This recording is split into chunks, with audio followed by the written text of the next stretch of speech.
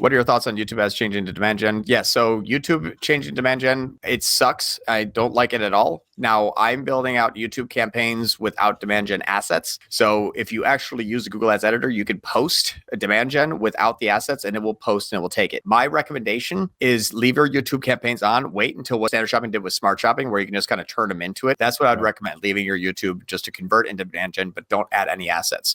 But try to build them inside of Google Ads editor. You can post it without those assets except for YouTube, and then it just runs on the YouTube network. Daniel Lohr has a question here. Niche B2B lead gen. General keywords too broad, industry keywords too narrow, PMAX failing, non-brand help.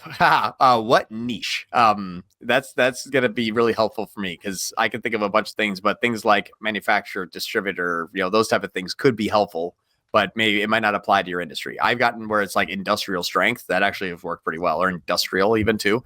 You got to look for intent by their own searches, and your industry may not even have any, which I would actually change strategy. But let me know on that one. I'll see if we can. Yeah, if we have time, we'll address it. If you could just tell us what the industry is, Daniel. Adam Dolan has a question. Notice on previous video you're running standard shopping brand, standard shopping brand, standard shopping non-brand, and PMAX. Yes. Right. Is there a question here? Oh, I found it. Notice your previous video. Oh, sorry. It's the producer in me. You have two producers. We're like looking. I'm like, oh, I found it. I was trying to go fast. All right. So, is this your final setup? Wasted a minute. Not necessarily. Yeah. So it always depends on what we're trying to achieve. In one of my the last one that I actually just shared, I did have a standard shopping brand, but I didn't have a PMAX. So it all depends on your omnichannel spend. There's sometimes where I need a lot more remarketing, higher AOVs, longer sales cycles. And sometimes I know I have a lot of people competing for my brand name, or in one of them in particular, as a quick, just 5-second example. And I know I already have it pulled up, so I won't have to take too much time.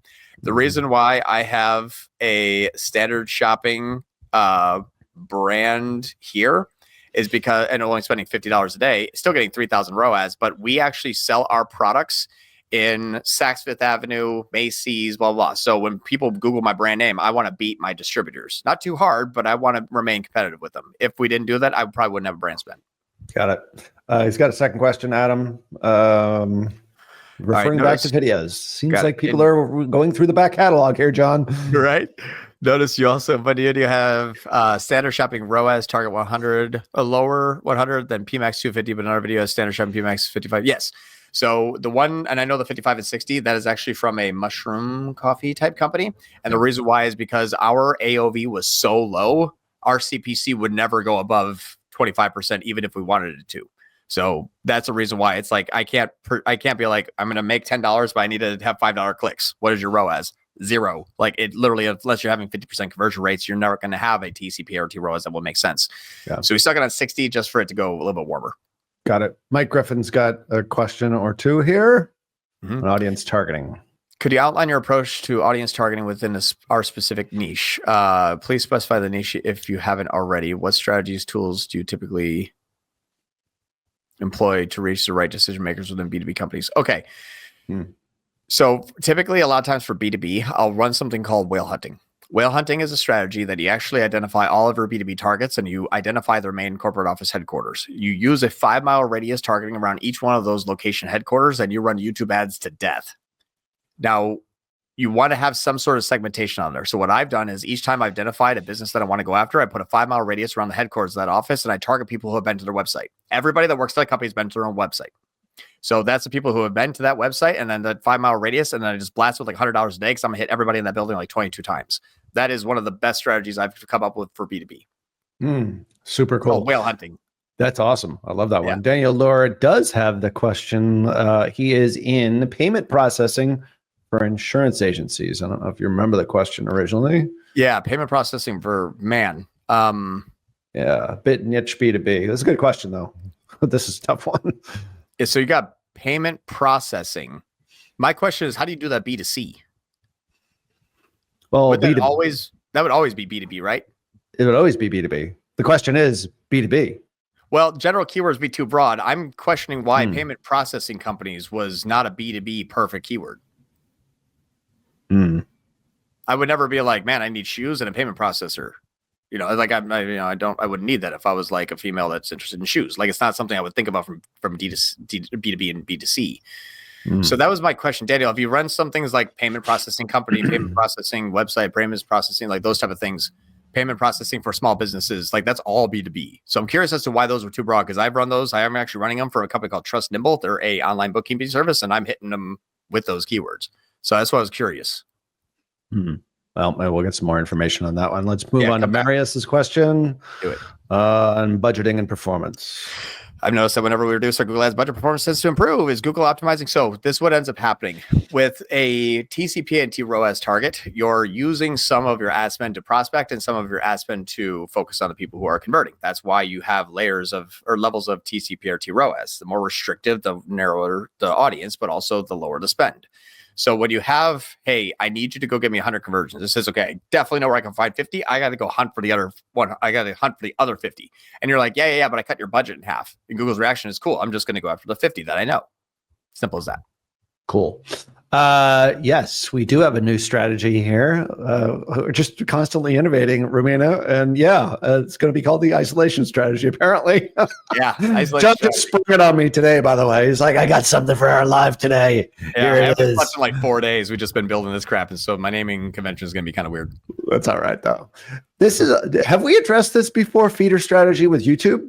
I don't know if we have. I've been doing it in our mastermind, but yes, we have done a feeder strategy with YouTube. We actually have done a sequencing campaign along with an L3.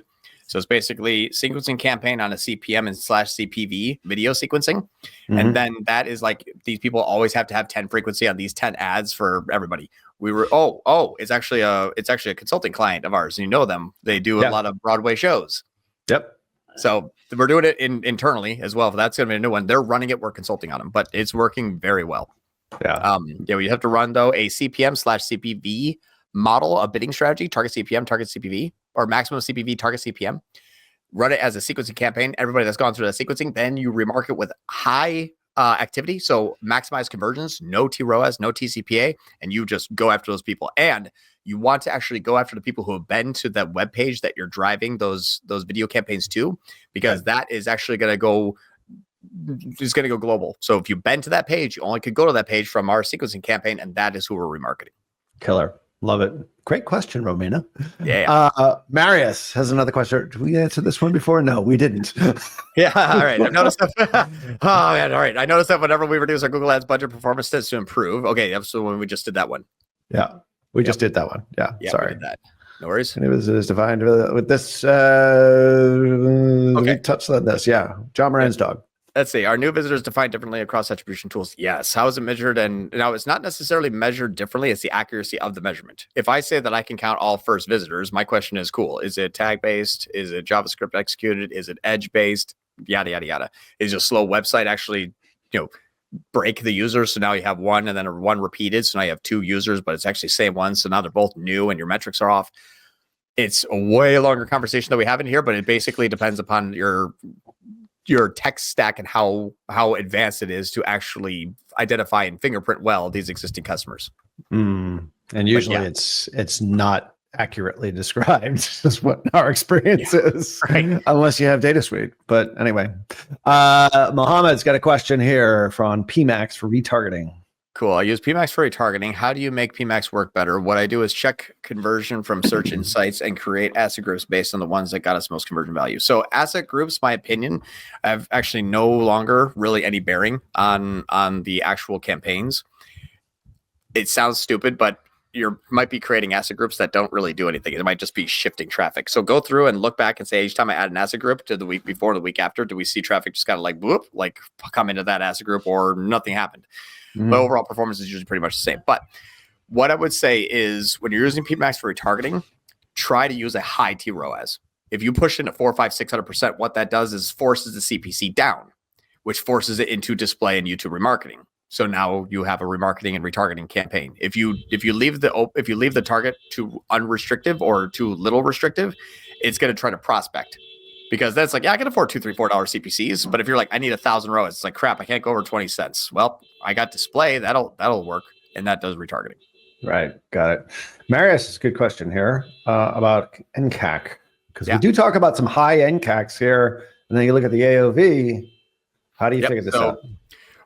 When we're looking at a $300 to $500 NCAC, that was just my one example. Now that is a person that is actually a new subscriber, but is not counting the other half of the revenue that we make on Amazon. So for example, it's a $120 product. Our NCAC is $300 without Amazon, $150 with Amazon, and a 6-month life cycle. So they spend $800 with us, and it costs us $150 to acquire. What that looks like is $300 because we can't count Amazon. So it's $300 for $800, but $150 to $800 is totally happy with us. Right. I mean, in that account, I know that account. I mean, it'd be cool to get like the Amazon line in there so you can actually sort of see it inside. Yeah. We measure outside differently. It's just, so it doesn't have any attribution anyway. So we just kind of like do it by hand for the short term. Yeah, at the very least, you know what the raw numbers are. So exactly. Yes, we try and do at least 3 dad jokes every single Tier 11 live. And let's see what other. Oh my God, there's even more questions here. Okay. Well, awesome. Let's see. Love it. Yes, Ollie. I didn't even know about that whale hunting one. That's pretty freaking good. It's like some nuggets of gold here. We are at time. How fast can we do all these last ones? All right, let's get through as many as we can. We have run those. We got tons of traffic for other industries. So you have to look at payment processing for a specific industry. Okay, my opinion then I would revert this back to an outbound strategy. I would look at I would target all of the web pages that you know that people go to that are in those industries. So think of it like, okay, I know that if I'm in the industry of like cardboard box manufacturing, I don't know, I'm pulling out of my ass. I'm going to the Cardboard Box Expo sign up page that everyone goes to every year, and I'm hitting people to hit that page. I'm also looking, basically I'm looking at all the major manufacturers or all my competitors, and I'm gonna hit those pages. So anywhere I know my avatar may be inside of the ecosystem, expos, manufacturer websites, my competitors, target those people, and then hit them on YouTube. And if you can do whale hunting, I would highly recommend it. It works extremely well. I said extremely well. There's a dad joke. Whale. There's a dad joke right there. We didn't hit our 3 quota today, but that was pretty good. Right. But we did, this is a new whale hunting that we're actually going to be starting here in a moment. And I know we have like one more question, but this one seems to be, so YouTube whale hunting. This one has an ad that we're trying to do industrial laser certification because it's in the very specific industry. I don't know if this one's been fully built out yet, but hopefully it is. If we look at the locations, here's all of the zip codes, 172 zip codes. Then this overlaps with our audiences of all the people that we know are all around the country that we want to hit in terms of where these major manufacturers are, literally down to like where their headquarters is. And if you live in this area or work in this area and been to the website we want, you are now in our targeting. And that is whale hunting. That's awesome.